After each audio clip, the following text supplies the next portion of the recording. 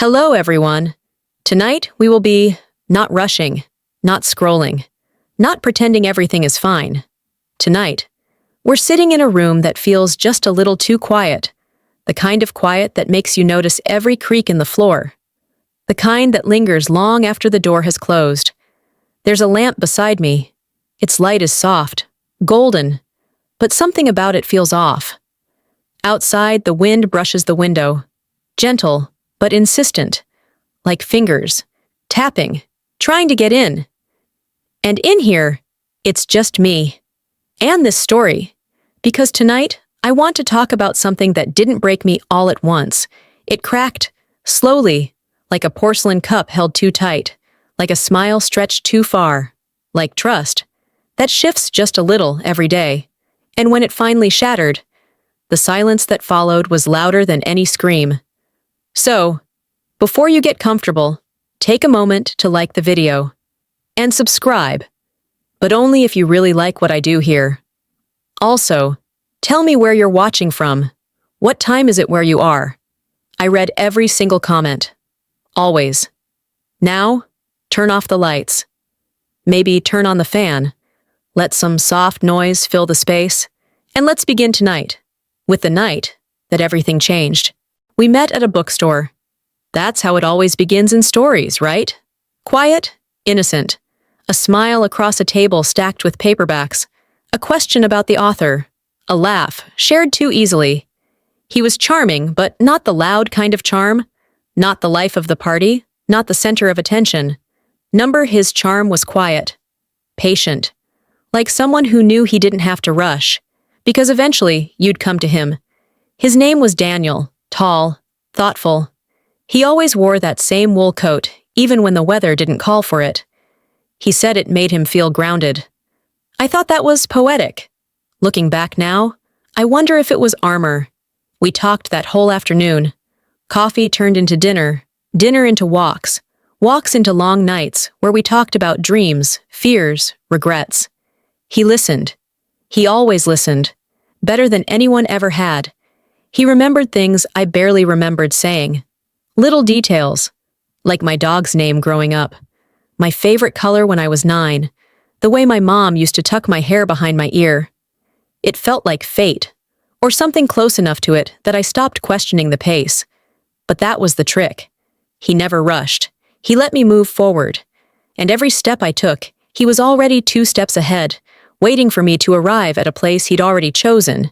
It didn't feel like falling. It felt like floating, like finally, someone saw me. And that was the beginning. The first change was so small, I didn't even notice it. He'd say things like, "Are you sure that outfit's right for the event?" Or, you seem tired when you wear your hair like that." Little things. Software, like suggestions wrapped in concern, wrapped in love. I told myself it was sweet, that he cared how I presented myself, that he was trying to help. When I got a job offer across town, he smiled, then said, "But do you really want to commute that far? You'd be so exhausted, and you'd never have time for us." So I said no to the job. Because he was right, wasn't he? I stopped going out after work. He'd say, "It's not like they're your real friends. They don't get you like I do." He never raised his voice. He never forbade me. He just suggested. Always with a tilt of the head, a soft tone, a reason that sounded rational. And slowly, quietly, the walls of my life started moving in. One evening, I changed my phone background. He looked at it, smiled, then said, "You used to love that photo of us at the lake." Funny how fast things change, and I changed it back. Without thinking, without protest. I didn't realize it then, but he was teaching me something. How to second-guess myself. How to look at a decision and see his face in it. His voice in the back of my mind. Software persistent. Guiding. I wasn't losing control. Not all at once. Just letting him take one choice at a time. And every time I let him, he smiled. The kind of smile you only see when someone knows they've won. But they don't want you to know it yet. It didn't happen overnight. But one day, I looked around and realized I was alone. Not just lonely, not just tired. Alone. He didn't tell me to cut people off. No, he was smarter than that. He just pointed things out. You notice how Rachel only calls when she needs something? Or, your brother seems jealous of what we have, doesn't he? Or, I don't think your mom really understands the life we're building. Always careful, always just asking, always planting a thought, and letting me water it myself. I started declining invites, stopped answering texts right away, started lying, little lies, busy with work, feeling under the weather. Daniel and I already have plans. I didn't want to cause conflict. I didn't want to defend him all the time. So it was easier to disappear. And when I did, he was there, smiling, proud. I'm glad you finally see who really matters, he'd say. Then he'd kiss my forehead, wrap his arms around me, and make me feel like maybe this was safety. But it wasn't. It was a cage, one he built with my own hands. I missed my best friend's baby shower. I didn't visit my father when he was in the hospital. I skipped a cousin's wedding, and every time I pulled away from them, he stepped in just a little closer. One night, I overheard him on the phone. Just a few words, but enough to know he was talking about me, analyzing me, like I was a project. Still, I convinced myself I was being paranoid, because when I asked him, he laughed, held me, said, "You're just exhausted. You need to rest more. I worry about you." And I believed him, because when you've let someone build your world, it's terrifying to think they've been building it only for themselves. It was a Tuesday. I remember that, because I was wearing the gray sweater he liked, the one he said made me look calm. I was at the grocery store, checking out the produce, when I saw an old friend from college. Amanda. We locked eyes. Her face lit up. Mine froze. Not because I didn't want to see her, but because I didn't know if I was allowed to. It sounds ridiculous, doesn't it? But that's where I was, checking my own joy against an invisible rulebook he never had to write down. She came over, hugged me, started asking questions. Where have you been? Are you okay? We've all been so worried. I smiled. I lied, said everything was fine, that I'd just been busy, that life had gotten peaceful. But something about her eyes, they didn't believe me. And suddenly, I could feel it. The heat rising in my neck, the quiet panic, the sense that I'd be in trouble for this accidental reunion. Later that night, I told him, because I felt guilty, like a child who had snuck a cookie. He was quiet, too quiet. Then, softly, he said, "People like Amanda don't understand us. They never did. You always come back drained when you see them." And I nodded, just like I always did, even though, this time, something felt different. That night, I couldn't sleep. His words echoed, not in the usual way, not soothing, but sharp, like they were cutting through something I wasn't ready to see. And for the first time, I thought, what if I'm not crazy? What if it's not me? But that thought, that tiny flicker of rebellion, I buried it. Fast. Deep. Because doubting him meant doubting everything I had built my life around. And I wasn't ready. Not yet. Not then. But something inside me cracked. Just a little. Enough to let in the light. It's strange how you can live inside your own life and not recognize it. I used to love color. Warm reds, deep greens, scarves with loud patterns, lipstick that made a statement. But somewhere along the way, all of that disappeared. My closet became a series of muted grays, navy sweaters, and beige flats. He said it looked elegant, said it made me look more serious, said people would respect me more if I toned it down. So I did. Not because I agreed, but because I trusted that maybe he saw something I didn't. It wasn't just my clothes. It was my music, my laugh, the way I told stories with my hands. He softened it all, trimmed the edges, tamed the fire, until all that was left was something quiet, something palatable to him. I barely noticed, because it didn't happen in one sweep. It happened in inches. One small compromise, followed by another. Don't post that photo. People might misunderstand. Maybe don't talk about your past so much. It's not healthy. Why do you need to go out when we have everything we need here? I began asking for permission to feel like myself, and even when I got it, it came with conditions. One night, I looked in the mirror and didn't recognize the woman staring back. Her hair was the way he liked it. Her smile was tight, her shoulders slightly curled, like she was trying to take up less space. And her eyes, they looked tired. Not sleepy, but worn. Like she'd been carrying something for far too long. That was the moment I realized I wasn't living my life. I was living his version of me. And the scariest part? I had helped him build it, brick by brick, rule by rule, smile by forced smile. I wasn't trapped in his world. I was trapped in mine. Because I had traded my voice for peace. And it wasn't peace. It was silence. It always takes just one moment. One person. One sentence to crack the surface of a story you've convinced yourself is truth. For me, it was a coworker. Her name was Lila. We weren't particularly close, just shared a few projects, exchanged coffee breaks, casual, polite. But one afternoon, she caught me off guard. She looked at me and said, "You don't seem like yourself lately. Are you okay?" Not in a nosy way, not dramatic, just quiet, genuine.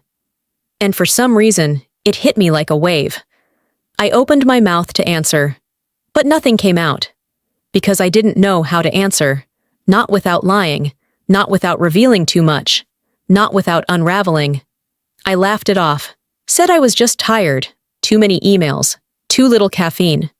She nodded, didn't press. But before walking away, she said something I'll never forget.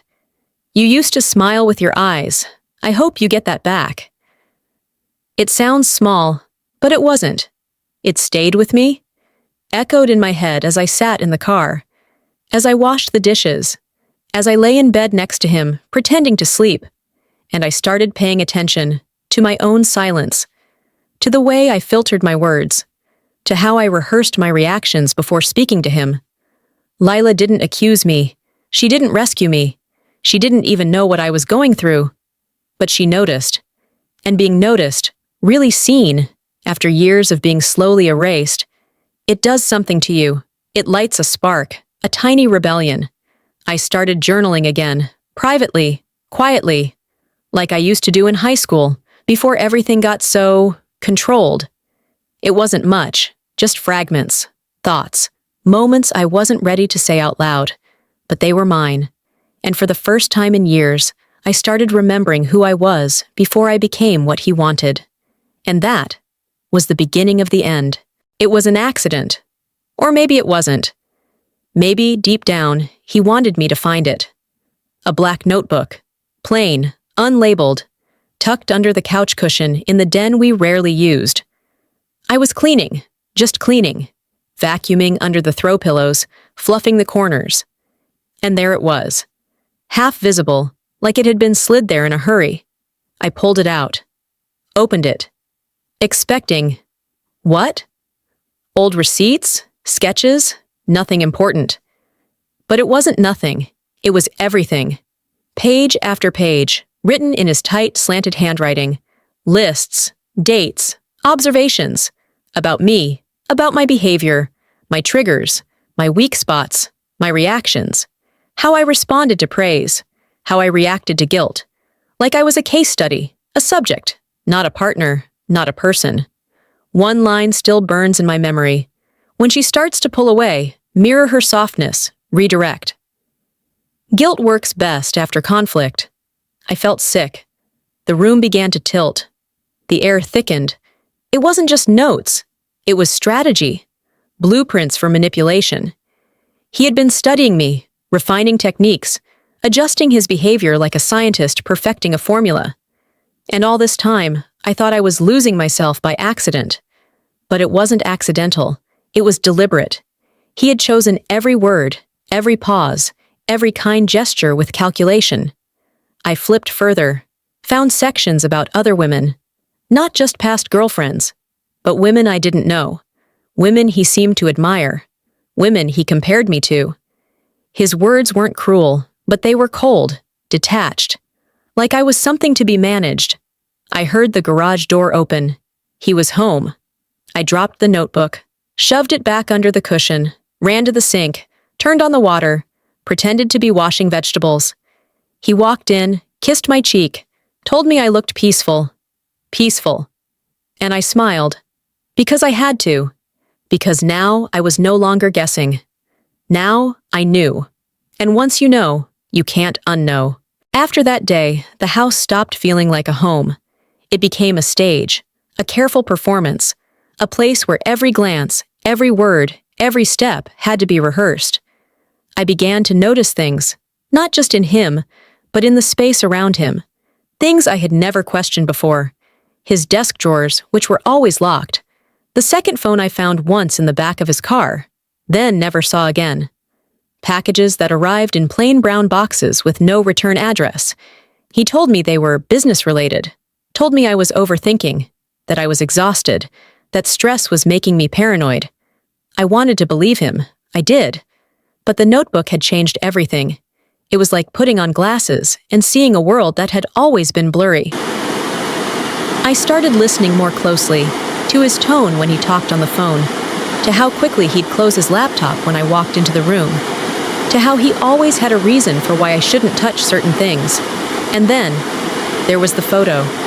One night, he fell asleep on the couch.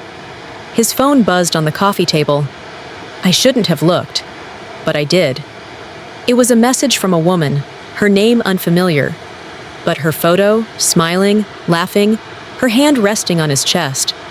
There were other messages, dozens, weeks worth, different names, different women, different cities. And just like that, my world split in half. Because it wasn't just about cheating. It wasn't just betrayal. It was proof.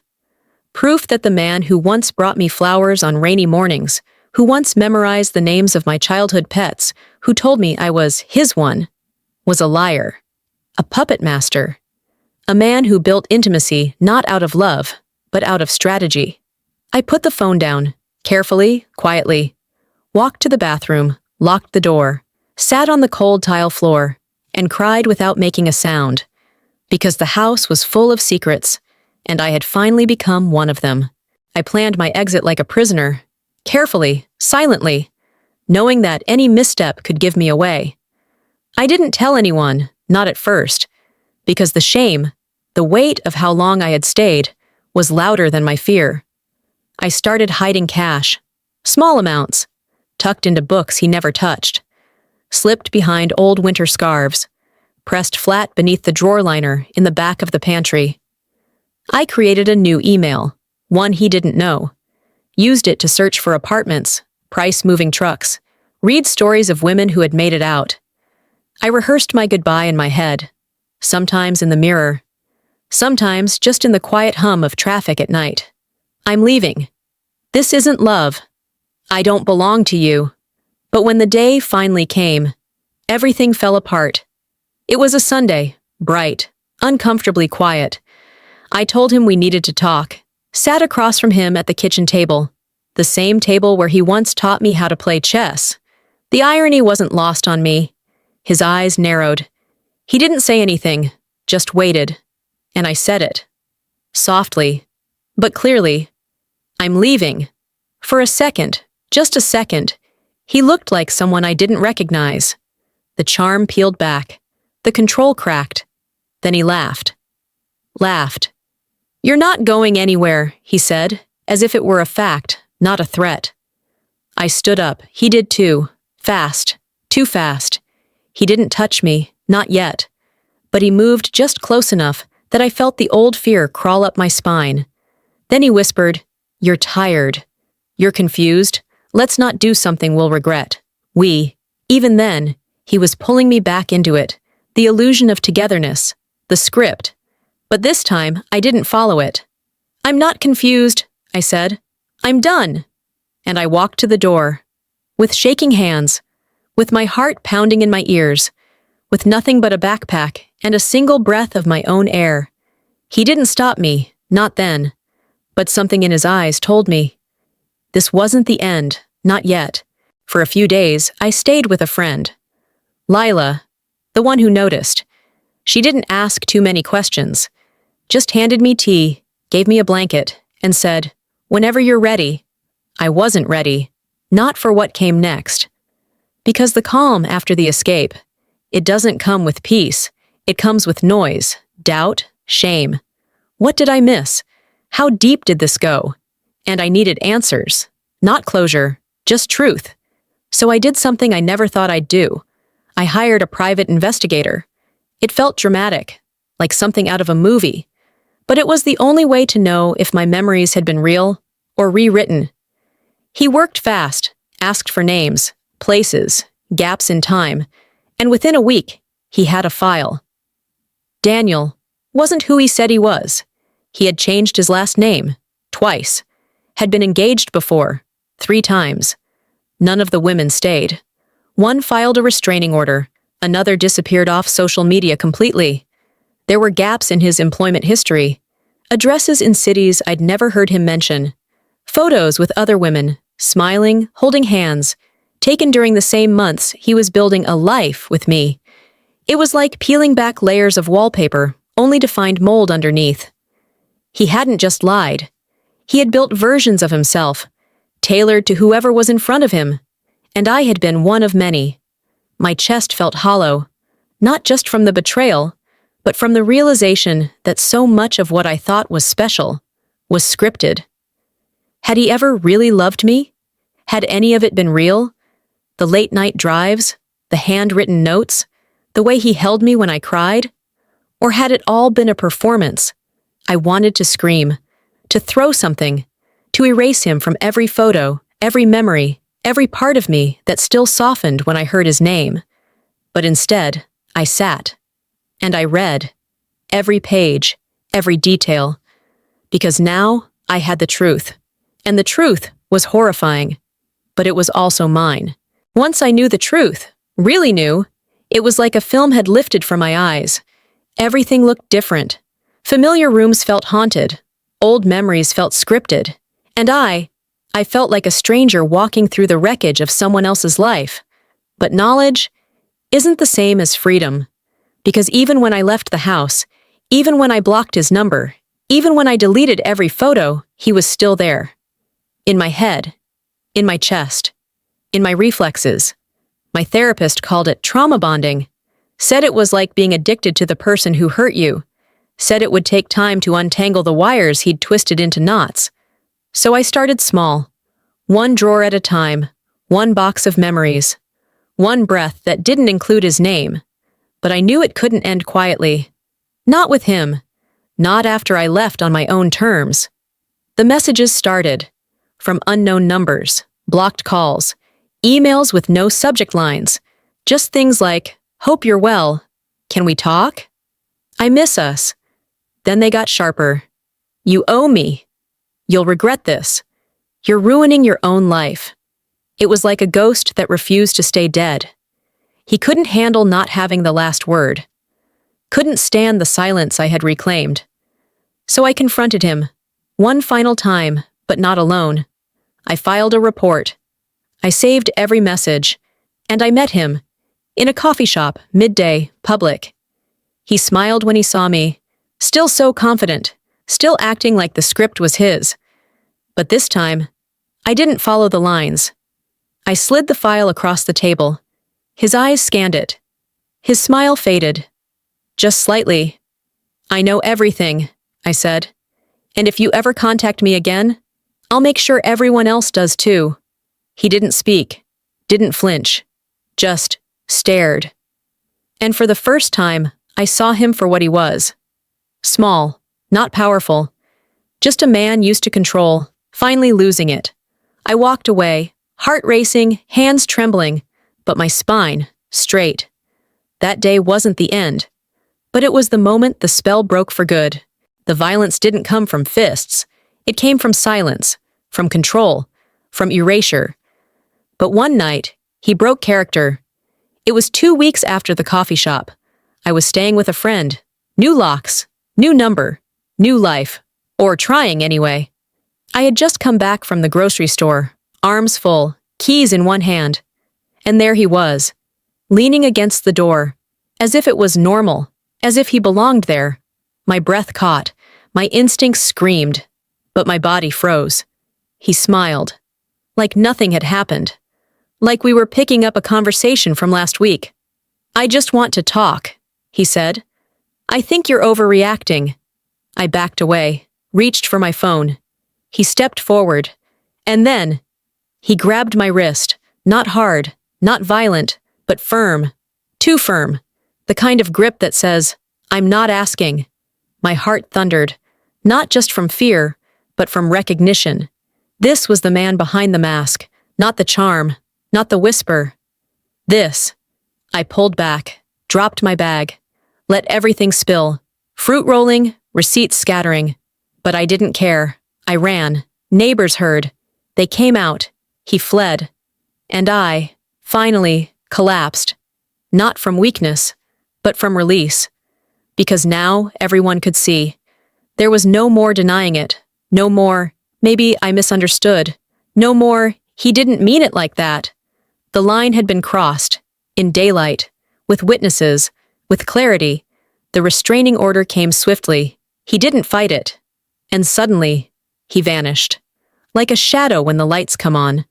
But even in his absence, the damage lingered. My hands still shook. Doors still made me flinch. I slept with the lamp on. Because even when monsters leave the room, they leave behind footprints. But I also started to heal. Not in grand gestures, but in quiet ones. A song I hadn't played in years. A walk alone, without looking over my shoulder. My reflection, meeting my gaze again. I wasn't who I was. But I wasn't who he made me either. I was becoming someone new. Someone free. Freedom doesn't feel like fireworks. Not at first. It feels like emptiness. Like standing in a quiet room with no one telling you who to be. Like reaching for approval that's no longer there, and realizing you don't need it anymore. The silence felt unbearable at first. Because I had spent years tuning my ears to his voice, his opinions, his moods, his rhythms. Without him, the quiet felt too loud. I started therapy, not because I thought it would fix everything, but because I needed someone to help me understand why I had stayed, why I had bent so easily, why love, for me, had become obedience. And therapy gave me words for things I didn't know how to name. Gaslighting, trauma bonding, coercive control. It gave shape to the storm I had survived. I began rebuilding slowly. I painted my nails red again, bought the dress I once loved, the one he said was too much. I reached out to old friends. Some replied, some didn't. And that was okay. I wrote letters to the version of me who stayed, not with anger, but with compassion. She wasn't weak, she was surviving. She did what she thought she had to keep peace, to feel loved, to matter. But I didn't want to survive anymore. I wanted to live. So I traveled alone, took myself to dinner, said no without explaining, laughed loudly, sang in the car with the windows down, and slowly, the girl who once stood in front of the mirror and couldn't recognize her own eyes. She started coming back, not as she was, but as someone stronger, someone whole. He doesn't live in my head anymore. Not really. He's a scar, but not a wound. He taught me something, not because he wanted to, but because I had to learn it to escape. And I did. I made it out. And what came next wasn't horror. It wasn't pain. It was quiet. But this time, the quiet belonged to me. I used to think healing would feel like a sunrise. Sudden, bright, undeniable. But it doesn't. It feels more like dusk, software gradual. The light returns, not all at once, but in quiet moments that almost slip by unnoticed. It's the first time you say your opinion without flinching. The first time you walk into a room and don't check if he would have approved. It's catching your reflection and thinking, I look like myself again. This story, wasn't just about what he did. It was about how easy it is to fall into something that feels like love, but is actually control. How we rewrite red flags as quirks. How we trade freedom for security. How being chosen can make us forget that we were never meant to be owned. He manipulated me for years. With silence, with smiles, with precision. But in the end, he lost. Because I walked away. Because I told the truth. Even when it made me tremble. Even when no one else saw what I saw. And now, I'm still here. Breathing in a life that belongs to me. A life with color, with choice. With peace. The kind that doesn't come with conditions. If you're listening tonight and you feel that something in your life doesn't feel quite right, trust that whisper. You don't need to wait for it to scream. You are not crazy. You are not dramatic. You are not weak for loving someone who didn't know how to love you back. And you are absolutely allowed to start again. Thank you for sitting with me through this story, for making space for honesty, even when it was heavy. If this touched you, I'd love for you to share your thoughts in the comments. And if you want to hear more stories like this, ones that dig deep, that hurt a little, but heal more, then stay close. There's more to come. But for now, let your shoulders drop, let the light dim, let the world quiet down, because this story has ended. And you are safe here. End of script. Good night.